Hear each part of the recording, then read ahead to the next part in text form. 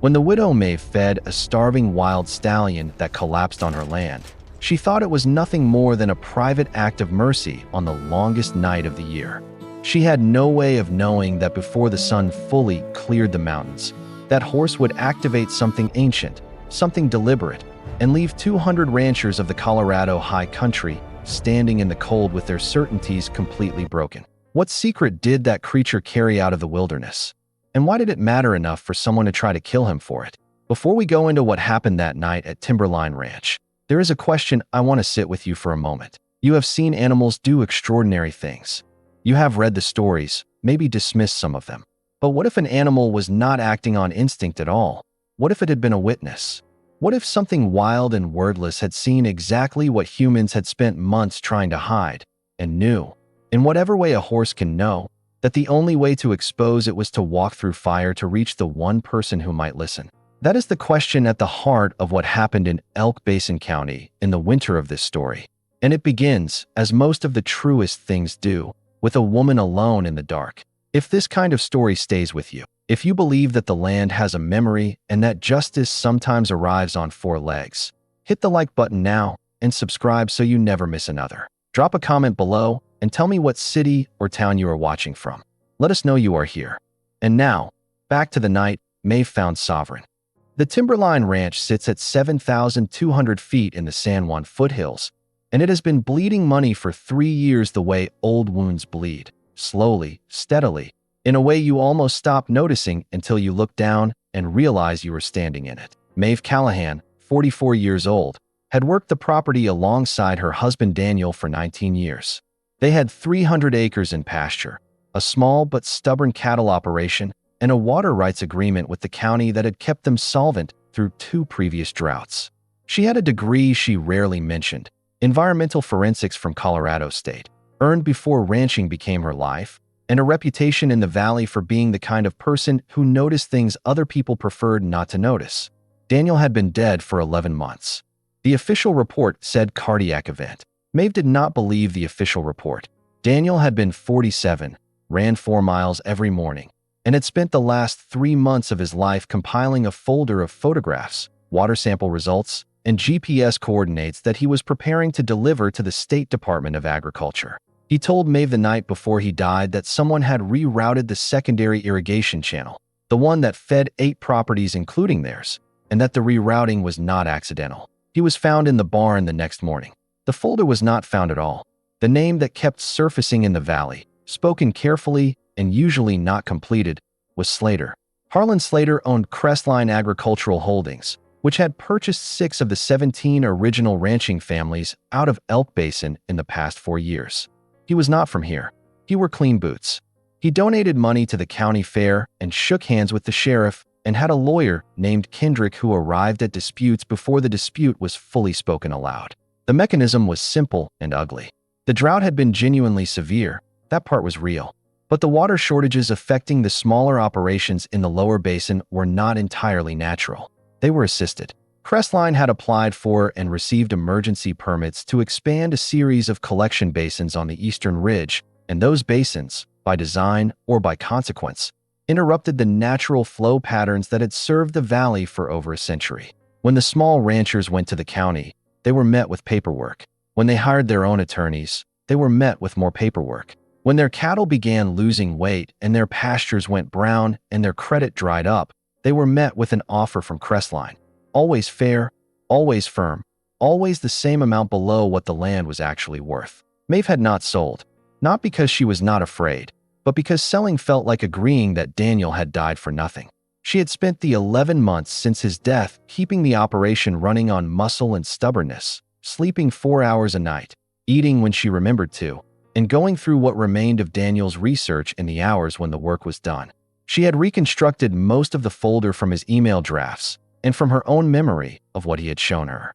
It lived on her laptop in an encrypted folder she backed up to 2 separate drives. She had not yet figured out what to do with it, who to trust, whether the trust would matter.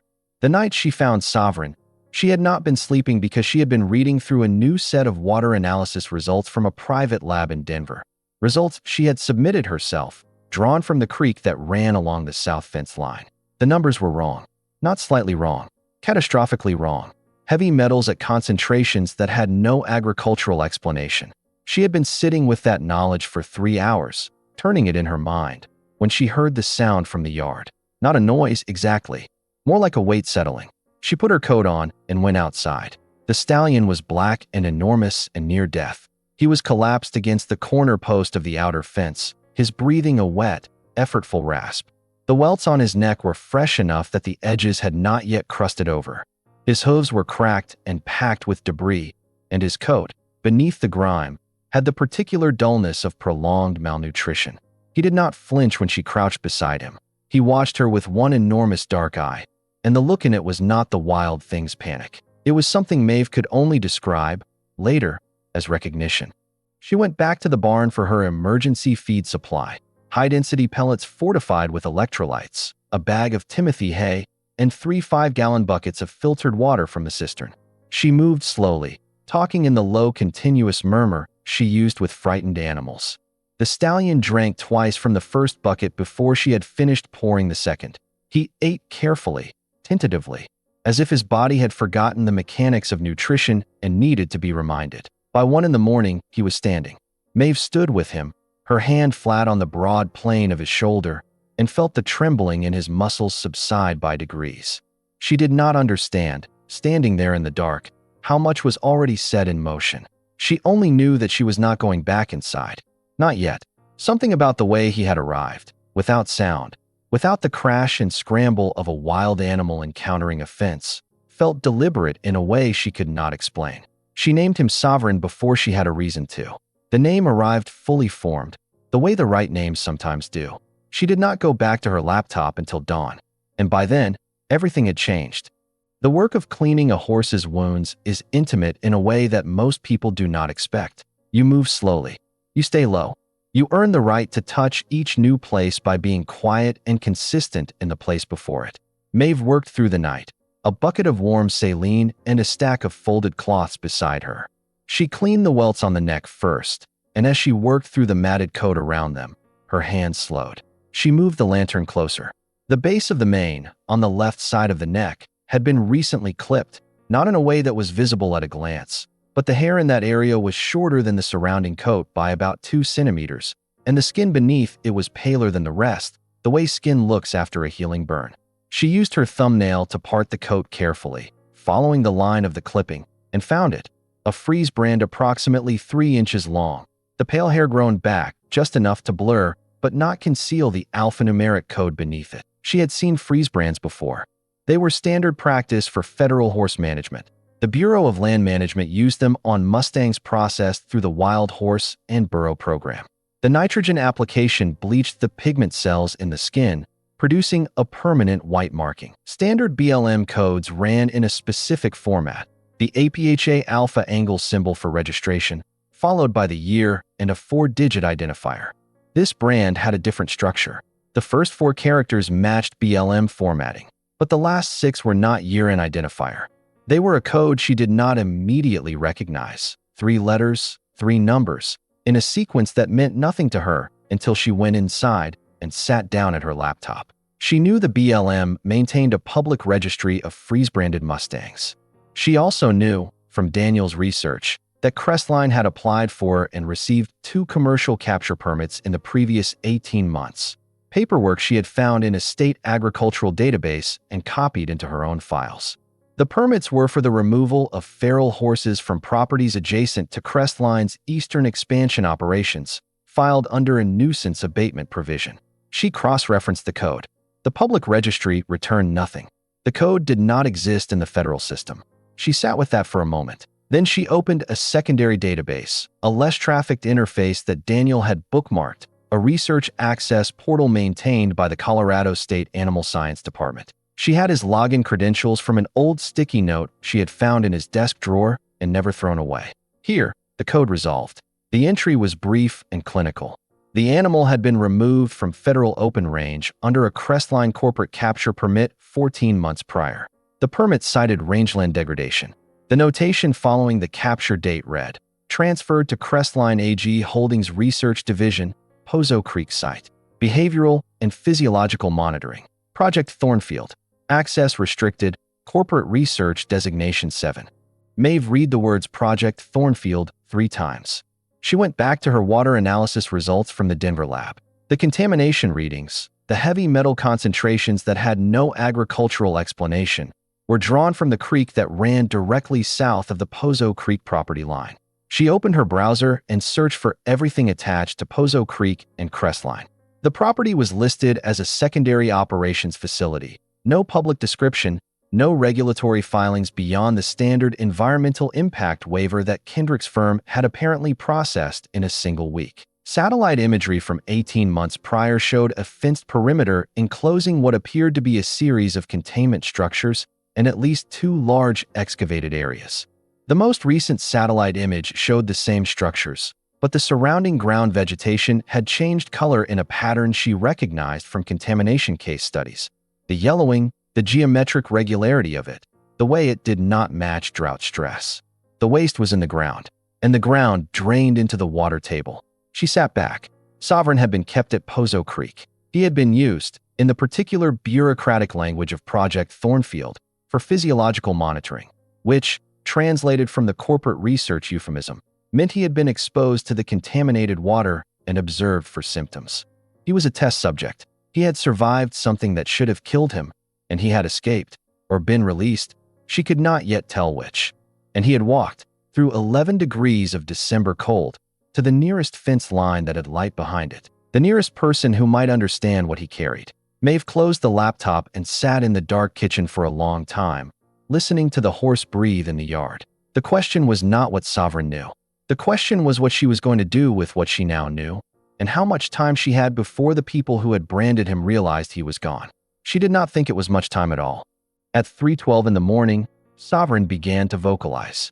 It was not the flat alarm whinny of a frightened horse. It was something else, a low, reverberant call that he repeated at intervals of approximately 40 seconds, a rhythmic patterning that Mave noticed because of its regularity. She had grown up around horses. She had never heard this. She stood at the barn door in her coat, watching him. He was standing near the fence line, his great head lifted, his ears tracking something far up the dark slope of the foothills. His nostrils were wide.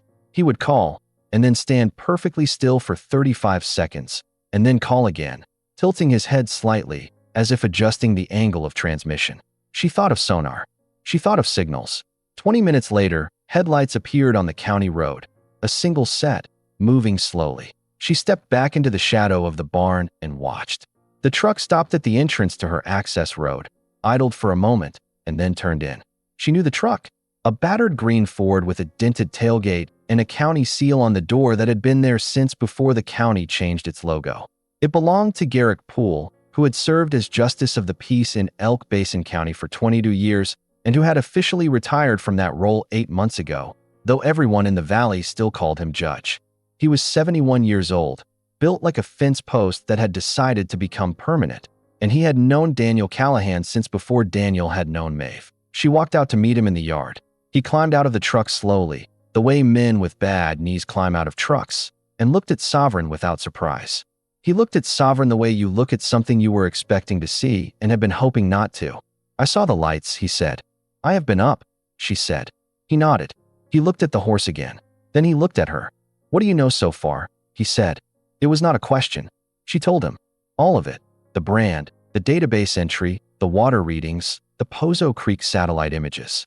She spoke quickly and without decoration, the way she had been trained to present forensic data. Evidence first, interpretation after, confidence ratings on each claim. Garrick listened with his arms folded and his eyes on the horse. When she finished, he was quiet for a while. "They will know he is gone by morning," he said. "I figured the same. Slater's operation out at Pozo Creek." He paused, and she could see him choosing what to say carefully. "There were things reported to me before I retired.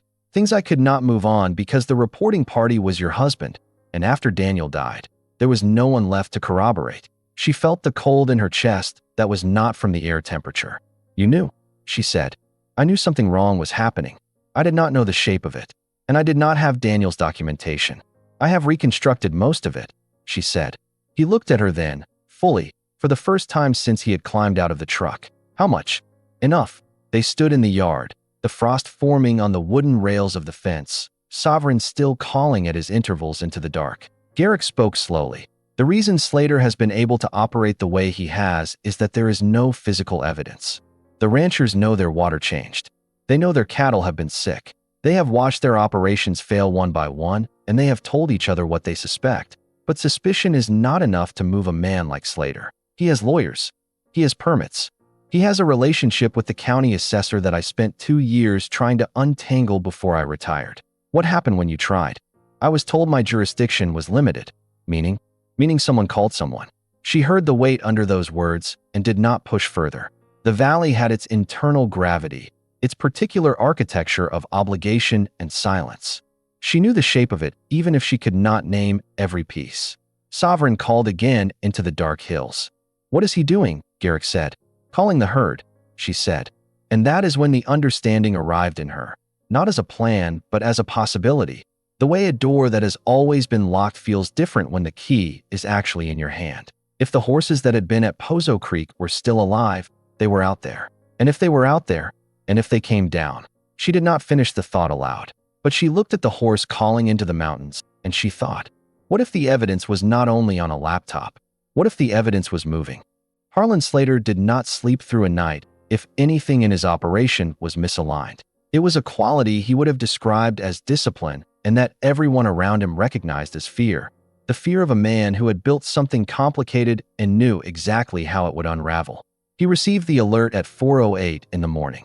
One of the location transponders on the Pozo Creek animals had gone dark approximately 7 hours prior. A gap in the signal log that his overnight monitoring contractor had failed to flag in real time.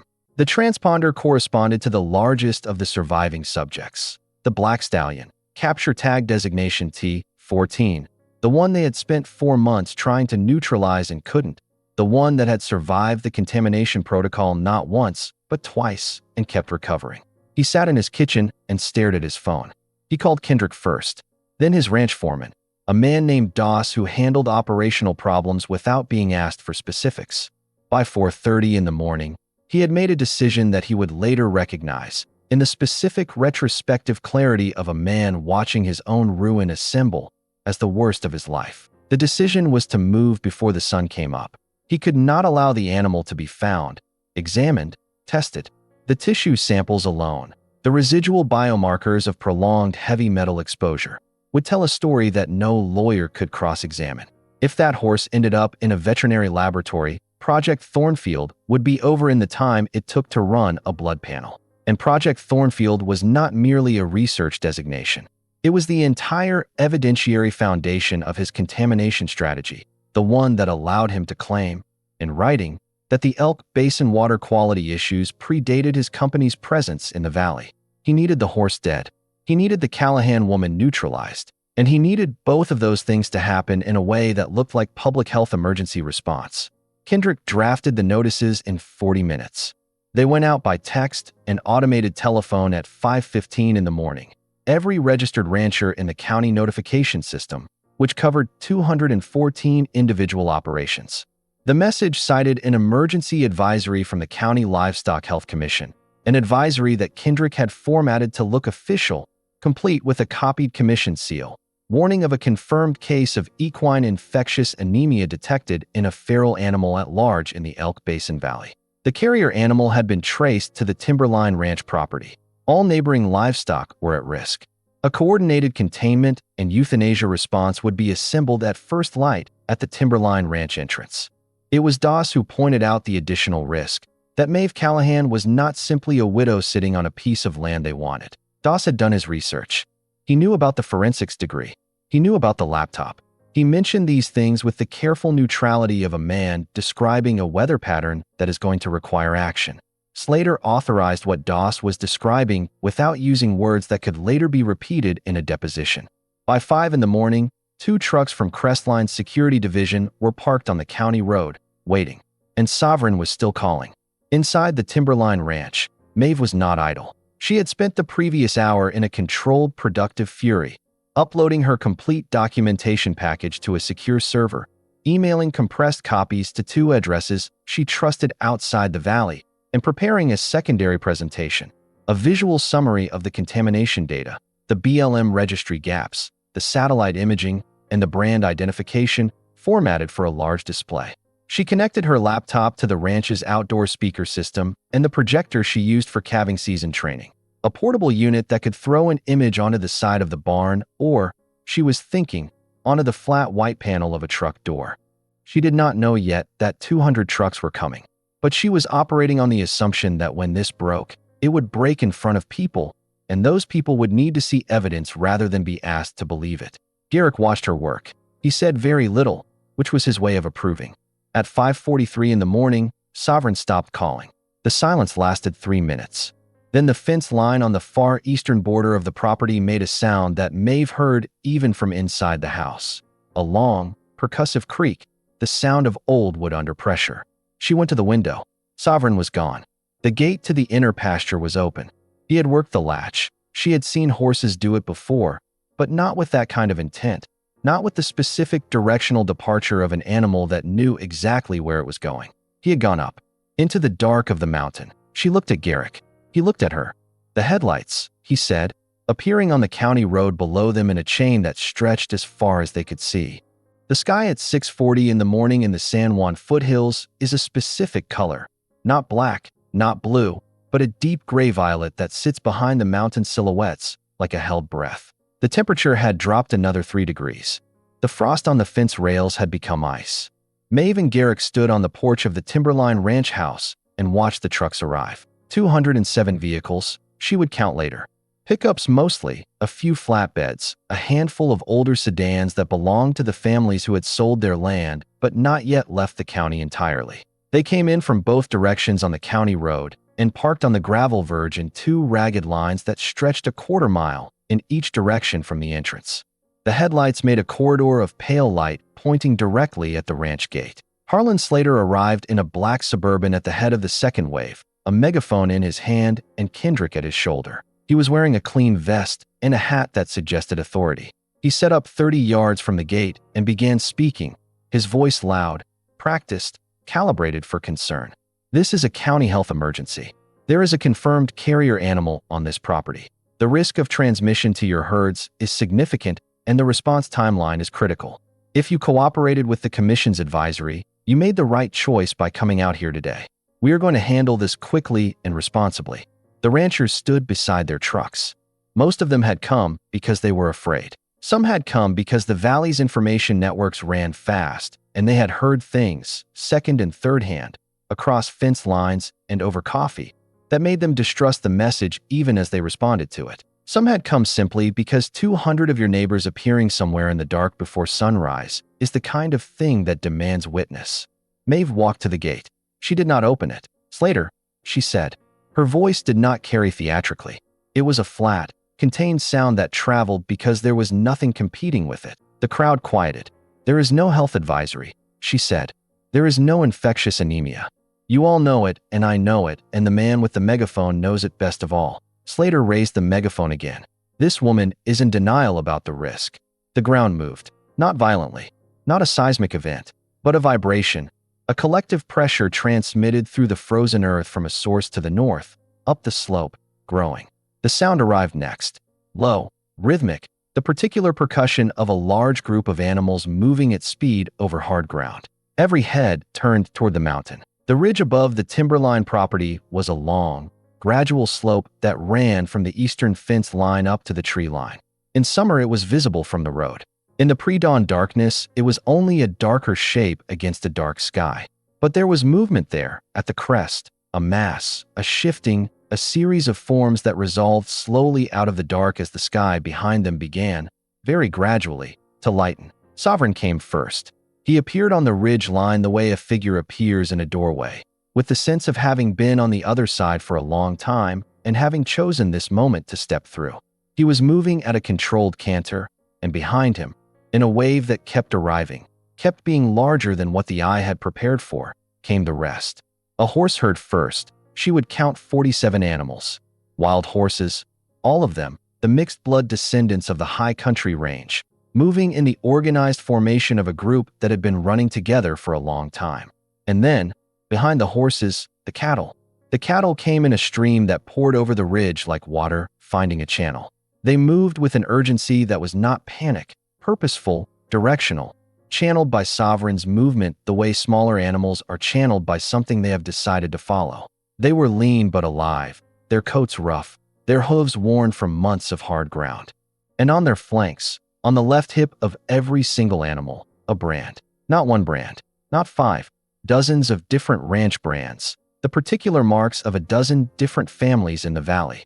But on the right hip of each animal, a second brand, applied over the original or beside it, a simple running C, the crestline mark. The animals that had been listed in insurance claims, declared dead by drought, the evidence for 7 different forced bankruptcies.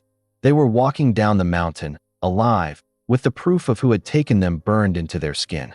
The silence that fell over the crowd of 200 ranchers was the particular silence of people who are recalibrating everything they thought they understood about a situation. Then one man, Mave could not immediately identify him in the dark, made a sound, not a word, a choked, involuntary noise, the kind a person makes when they see something they had given up believing they would ever see. His cattle, his brand, another voice, his, too. The chain reaction was quiet at first, spreading person by person along the line of trucks as people recognized the animals moving past, their own marks, the particular shapes of their own herds walking out of the dark toward them on 4 months of impossible absence. Slater had gone very still. What happened next took less than 20 minutes. It felt, to everyone present, like considerably longer. Mave had prepared for a confrontation. She had not prepared for this, for the specific emotional weight of a crowd in the process of transformation. 200 people who had arrived afraid and angry and ready for a fight were now standing in the cold, watching dead things return to life, and the calculus of what they were willing to believe was recalculating in real time. She opened the gate. Sovereign led the herd through, moving without hurry, and the horses and cattle flowed through the entrance of the Timberline Ranch and spread across the front pasture in a broad, unhurried wave. The ranchers stepped back from the fence to make room. Some of them reached through the rails. Some of them simply stood and watched, as if reaching would break something. Slater found his voice. This is a staged event. He raised the megaphone. That brand can be applied to any animal. This woman and whoever is helping her have manufactured. Mave had already connected her laptop to the projector and run the cable to the outdoor speaker system. The first image went up on the broad white panel of the hay barn wall. The water analysis results from the Denver lab, time-stamped, with the lab certification clearly legible. The second image, the satellite photographs of the Pozo Creek facility, with the discolored vegetation mapped in yellow overlay. The third, the BLM database entry for Sovereign, with the Project Thornfield designation and the Corporate Research Designation 7 restriction. She spoke into the ranch's PA microphone, and her voice came out of the speakers across the yard in a steady, measured register. These are water samples drawn from the South Creek on this property in November of this year. The contamination levels you are looking at are consistent with industrial chemical runoff, specifically chromium and manganese compounds used in the extraction and processing operations that Crestline has been running from the Pozo Creek site for the past 22 months. This water flows into the basin aquifer. It has been flowing there long enough to affect the water table under every ranch in the lower basin. She advanced the slide. This is the entry for the horse you see standing in my pasture right now, pulled from a restricted Colorado State research database. He was captured under a Crestline commercial permit, transported to the Pozo Creek facility, and enrolled in a physiological monitoring program, meaning he was exposed to the contaminated water and observed for symptoms. The program is called Project Thornfield. It has no public regulatory filing.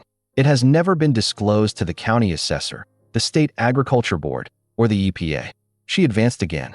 The following slide contains documentation of 7 insurance claims filed by Crestline Agricultural Holdings in the past 18 months, each listing specific cattle as deceased due to drought-related health failure. The brands on those animals are visible in the pasture behind me.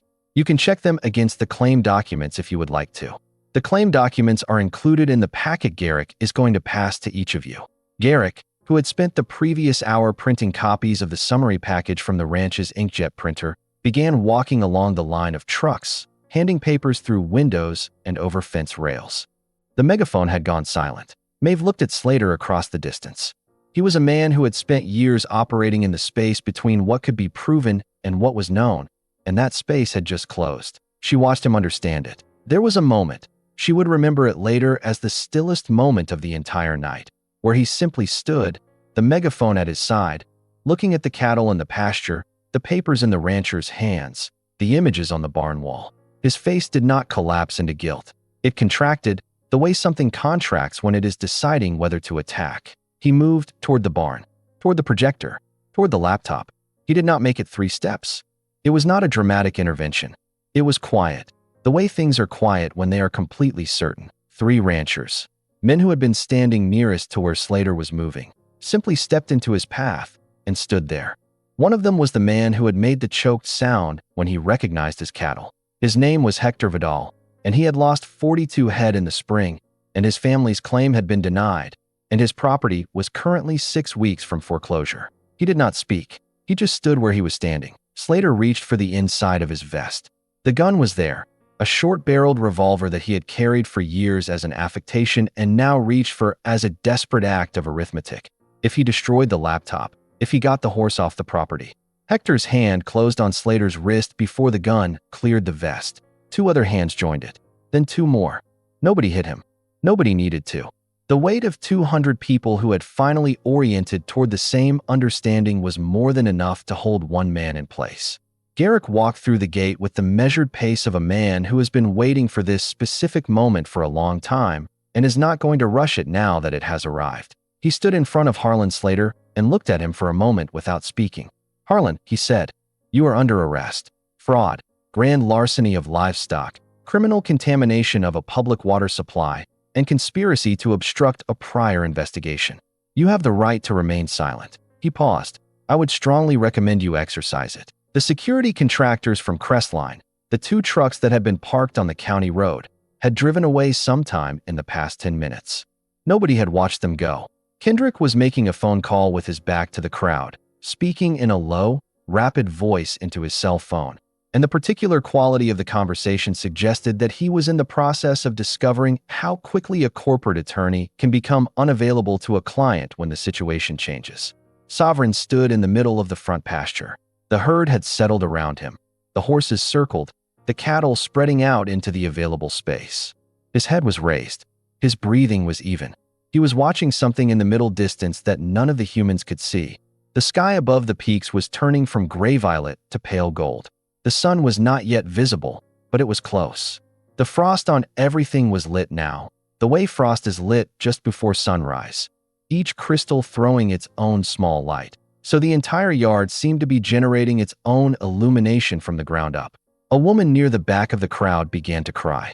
Not loudly, just the particular helpless release of someone who had been holding something very heavy for a very long time and had just been told they could put it down. Mave stood at the gate of the Timberline Ranch, the microphone in her hand, looking at the pasture full of living proof, and felt something she did not immediately have a name for. Not triumph, not relief, something older than both of those.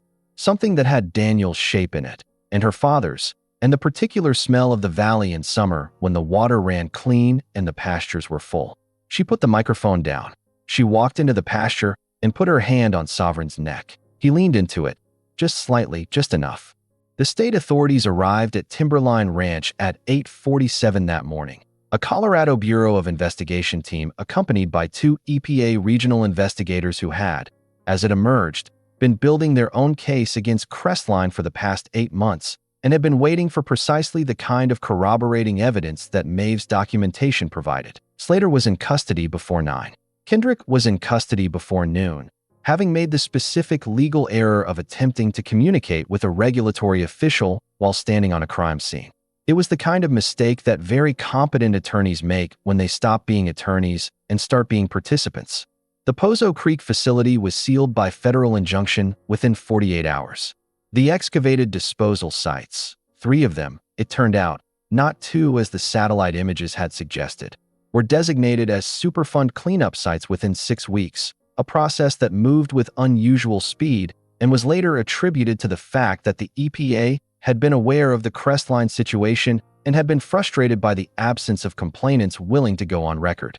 The 200 ranchers were now very much on record. The criminal case against Slater took 11 months to prepare and resulted in 23 charges, fraud, livestock theft, criminal water contamination, bribery of a public official, and one charge that received particular attention in the state press. The charge most closely related to Daniel Callahan's death. It was not a murder charge. The evidentiary threshold for that designation was not quite reachable, and Mave had understood this from the beginning. What the investigation established was criminal negligence resulting in death. Daniel had been exposed, over the course of 4 months, to the same contaminated water supply that had been used in Project Thornfield.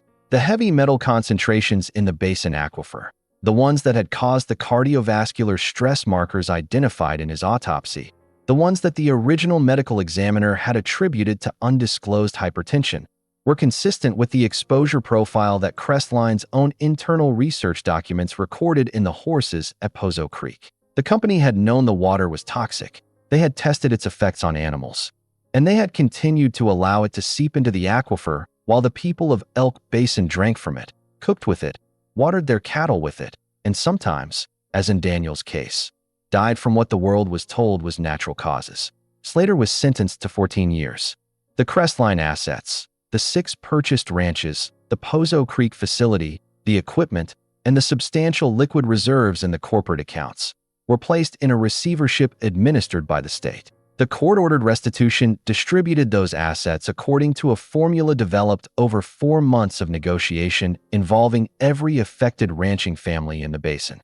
Each family received their land back at assessed value, plus a contamination damages payment, plus a remediation fund allocation. Most of the families came home. The insurance companies that had paid out on the fraudulent livestock claims pursued Slater through a separate civil track and recovered enough to offset the majority of their exposure. This made the insurance companies briefly sympathetic figures in the valley, a reputation they did not sustain for long, but that served its purpose. Mave sat through all of it: the depositions, the grand jury sessions, the federal interviews, the civil proceedings. She answered every question with the same quality she had brought to everything since the night she found Sovereign. Precisely, completely, with her evidence organized and her emotions handled in private. She did not attend Slater's sentencing. She stayed on the ranch that day and worked the fence line. When she came in at dusk and washed her hands at the kitchen sink, she stood for a moment looking at the water. Then she drank a glass of it, straight from the tap, tasting something that was not quite relief and not quite peace, but was moving in the direction of both. Spring came to the San Juan foothills differently that year. The remediation work began in March, a joint effort coordinated by the EPA and the Colorado Department of Public Health, with Mave serving as the county's appointed environmental consultant. The Pozo Creek sites required heavy equipment and specialized contractors, and the excavation and soil replacement work would continue for 3 years. But the aquifer, once the source of contamination was sealed and removed, began to recover more quickly than the initial models had predicted. By April, the water testing along the South Creek showed a downward trend in metal concentrations. By June, the readings were within acceptable range for the first time in 3 years. The pastures came back. There is a particular quality to a valley recovering from a wound, a slow, unannounced return of things that were absent. The grasses come back in patches first, ragged and tentative, spreading over weeks into a green that eventually covers what was brown. The insects return, then the birds that follow the insects. The cattle, back on their own land now, found the rhythm of the seasons with the uncomplicated patience of animals that do not hold grudges about geography. The Timberline Ranch was rebuilt in stages. The collaboration came organically. The ranchers who had been Mave's antagonists on that cold December morning arriving in May and June with tools and lumber, and the particular quiet industry of people working off a debt they cannot verbalize. Hector Vidal organized the fence replacement. A man named Clyde Ostrander donated the materials for a new water cistern. A woman named B. Fontaine, who ran the property 2 miles east and had lost her breeding stock to Slater's fraudulent claims, arrived one afternoon with a team of 5 and rebuilt the hay barn roof in a single day. Mave accepted all of it without ceremony. She fed people and kept coffee going and worked alongside them and said thank you without turning it into something larger than it was. She was not comfortable with gratitude at scale, but she had learned, in the year since the December confrontation, to receive it without flinching. She had learned this the same way she had learned most of the useful things in her life, by having no alternative and deciding to do it well. Garrett came by most mornings. He had no official role in the county anymore, but the new county water board had invited him to serve as a senior advisor, and he had accepted with the manner of a man who had not actually stopped working but had simply been between assignments.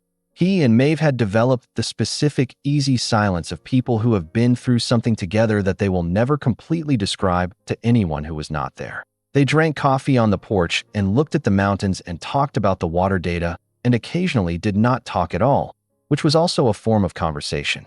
The horses were not seen in the valley again. Sovereign's herd returned to the high country after that December morning, disappearing into the upper wilderness with the matter-of-fact finality of wild things who have completed what they came to do. There were occasional sightings over the following months. A dark shape on the eastern ridge at dusk, a trail of tracks in the snow that led up and not down, but the herd stayed in the high country. Mae found herself, in odd moments, scanning the ridge line without intending to. She had filed the Project Thornfield data with the BLM's Wild Horse and Burro program along with a formal complaint about the commercial capture permits that had allowed Sovereign's capture. The program's response was the slow, churning kind of institutional response that she had expected and planned for. A review was opened. An internal audit was initiated. She had no illusions about the timeline, but she had made sure the documentation was in permanent record, and permanent records were something she had learned to trust. The county offered her the environmental consultant role formally in September, salaried, with an office in the county building and access to the state monitoring systems. She accepted on the condition that the position included independent data authority, that she would report findings to the state and federal level without county review. The commissioners, who were operating in the particular chastened mode of officials who had survived a scandal adjacent to their jurisdiction, agreed without argument. She was building something. Not quickly and not without cost, but with the particular solidity of construction that starts from the ground rather than from the top. She thought about Daniel most in the early mornings, before the work began. She would stand at the kitchen window with her coffee and look at the spot by the outer fence where she had found Sovereign, and she would think about the folder Daniel had been building, the photographs and the water samples, and the GPS coordinates that had disappeared the night he died, and that she had spent a year reconstructing from fragments. She thought about the fact that he had been right, that the truth he had been trying to document had been real and present and provable, and that it had cost him everything. She did not know how to make peace with that. She had not tried to exactly. She had decided instead to make it mean something, which was different and harder and more durable. The last snow of winter fell on the Elk Basin foothills on a Tuesday morning in late March, and by afternoon it had already begun to melt. Not the catastrophic melt of a warm front, but the slow, considered withdrawal of a season that has done what it came to do and is ready to make room. Mave was at the new fence line on the northern border of the property, checking the post settings with Garrick when she heard it. Not the sound exactly, more the pressure of it. A change in the way the air was moving on the ridge. She looked up. Sovereign was there. Alone this time, standing on the flat rock shelf at the edge of the tree line, 400 yards up the slope, still as something painted. Watching. She did not call out. She did not move toward him. She walked to the fence and held out her hand, open, the way she had held it out on a December night 11 degrees below freezing, with a bucket of fortified feed and nothing to offer but attention. He came down, slowly, without hurry, the way a horse comes when it has made a decision and is at peace with it. He stopped at the fence line and put his nose into her hand. The breath came out of him in a plume of white vapor that dissolved before it reached her shoulder. She could feel the familiar warmth of him, the specific temperature of a large animal that is well and rested and moving under its own authority. She let him take what was there, a handful of grain from her jacket pocket, the last of a batch she had been carrying since morning with no particular plan. He ate it. He raised his head and looked at her, and the look was not the wild thing's assessment of threat. It was something closer to recognition, and she held it for the 3 or 4 seconds it lasted, and then he turned. He went back up the mountain in his own time, unhurried, until the tree line closed around him and the ridge was bare again, and the valley below was just the valley, the water running clean, the pastures beginning to green, the smoke from a dozen ranch chimneys threading up into the cold, clear air. The truth has its own voice, she thought, and sometimes it needs a body to carry it. She turned back to the fence. There was work to do. There was always work to do. And for the first time in a long time, that did not feel like a sentence. It felt like a life. If this story stayed with you, if Sovereign's journey from the edge of death to the ridge of the mountain, and Maeve's quiet ferocity in the face of everything that tried to bury the truth, moved something in you, then hit the like button and let that feeling matter. Subscribe so you are here the next time a story like this arrives. And drop a comment below. Tell us where you are watching from, and tell us which moment broke you open.